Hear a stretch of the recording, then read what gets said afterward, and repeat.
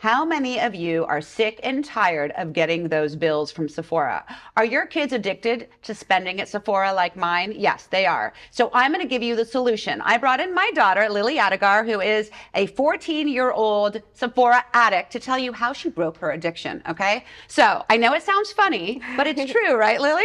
Yes, I did used to have a Sephora spending problem. So it literally, every American Express bill we'd go through, your dad and I, and he would just be like, this is insane. And so we sat down with you and we said, Lily, what's going on here? And you told us about how much you loved makeup. And so I called Audrey Wish from Curious Cardinals and I thought, Audrey, you need to help me turn Lily's passion for makeup into purpose. And so she matched you with Ava, who was your mentor, tutor, who helped you create this amazing clean teen beauty routine. Can you tell us a little bit about how you created a podcast and how you turned your, addiction into purpose? Yeah, so my dad, when he got the American Express bill, would highlight all of the Sephora charges, and it made me realize that I need to stop spending money at Sephora. And so what I was really interested in was the ingredients that went into the products, but I needed help with learning more about that and the chemistry that went behind makeup. So that's where Ava came in, and she helped me deepen my knowledge and understanding of makeup products and how they're formulated and created and all the behind the scenes work about it. We learned about eco-friendly makeup, what certain ingredients like talc were, a bunch of stuff like that. And she helped me start this podcast, Clean Teen Beauty Routines, and she helped me create the Instagram for it and helped me make a layout for how to write episodes to keep them short and sweet and engaging so that people wouldn't get bored while listening to them, but still learn about the makeup products. I really am in awe of you and Ava from Curious Cardinals for being able to take an idea. So many of us have these grandiose, amazing ideas, right? For a 14-year-old who just started high school to say, I want to create a podcast, that's a big undertaking, right? How did you actually make it happen, though? It just sounds like a lot of work with everything else you have going on in your life.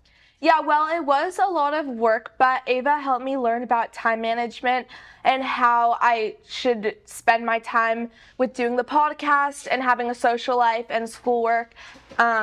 So she taught me that I can I could set aside an hour or two to write all of the episodes for like 10 weeks, let's say, record all of them, and then on Spotify for podcasters, you can record your episodes and then schedule them to come out at a certain time. And I think that really helped with my time management and still having time for other things. Because I think that if I were to write an episode every week and record it and publish it, it would have been a lot of work. And I think that might have not been something that I always, I would forget about doing it. And so this way I could just have them, I could set aside an hour or two of time and schedule all of them. And so Ava really helped me learn how to manage my time. So it seems like you learned a lot. You learned about essentially creating some type of business and a podcast and time management, and you're still continuing with it. How many episodes have you had out so far? 10 maybe, I'm not sure the exact number, but I think 10, and I have for the next 4 weeks episodes scheduled. So that's incredible, Lily. As your mother, I'm so proud of you for following through and actually creating something. Thank you. But more importantly, I've learned so much. Your episodes are incredible. You gain so much knowledge by listening to it. What is probably one of the most important things you learned through this whole process for yourself? Whether it's about makeup or creating a podcast, what has it been that you've really learned through it all? I think that when I used to see that things said clean or non-comedogenic, I would think that they're automatically just good for you. But that's not always the case. A lot of brands say that they're clean, and they are, but there are other ingredients that are labeled as clean, but they still aren't good for you. And it's just because not enough research has been conducted on them. But other continents and countries like Europe is trying to ban these ingredients that are in products here that are labeled as clean. And so I think that when you dive a little bit deeper into what all of these ingredients are, then you learn that just because something is labeled a certain way, that doesn't mean that it always is clean. Like Drunk Elephant, for example, it says that it's a clean brand, which is great, and I know a lot of people love it. But personally, it's when you actually look at the ingredients, there's so many fragrances and things like that that is just not good for your skin, especially when you're younger and your skin is still developing and you still have your skin is still aging. It's really important to not put any fragrances or any really harsh chemicals on your skin, even if it says that it's clean. And as a result, are you spending less at Sephora because of that? Yes, I think that it's because of that. And I also realized that I don't need any more material items from Sephora, and I have more than enough stuff, and that there's so many ways to use the same product.